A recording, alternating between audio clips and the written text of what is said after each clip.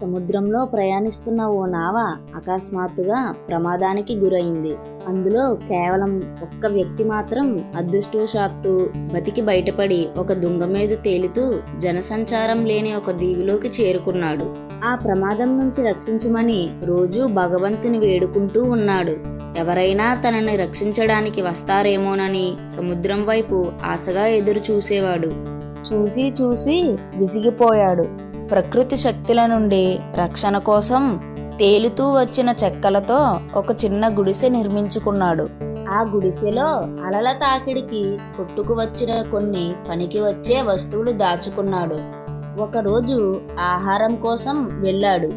తిరిగి గుడిసె దగ్గరకు వచ్చేసరికి అది తగలబడిపోయి పొగలు పైకి లేస్తున్నాయి. తనకున్న ఒక్క ఆధారం కూడా అగ్నికి ఆహుతైపోయిందని బాధతో కుంగిపోయాడు.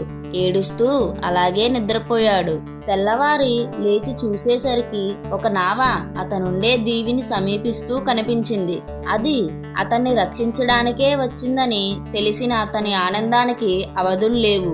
ఆ నావలోని వాళ్ళని, నేను ఇక్కడున్నానని మీకెలా తెలిసింది అని అడిగాడు. నువ్వు పొగ ద్వారా మాకు సంకేతం చేశావు కదా, దానిని గుర్తుపట్టే ఇక్కడికి రాగలిగాం అన్నాడు. ఆ మాటలు విని అతను ఆశ్చర్యపోయాడు.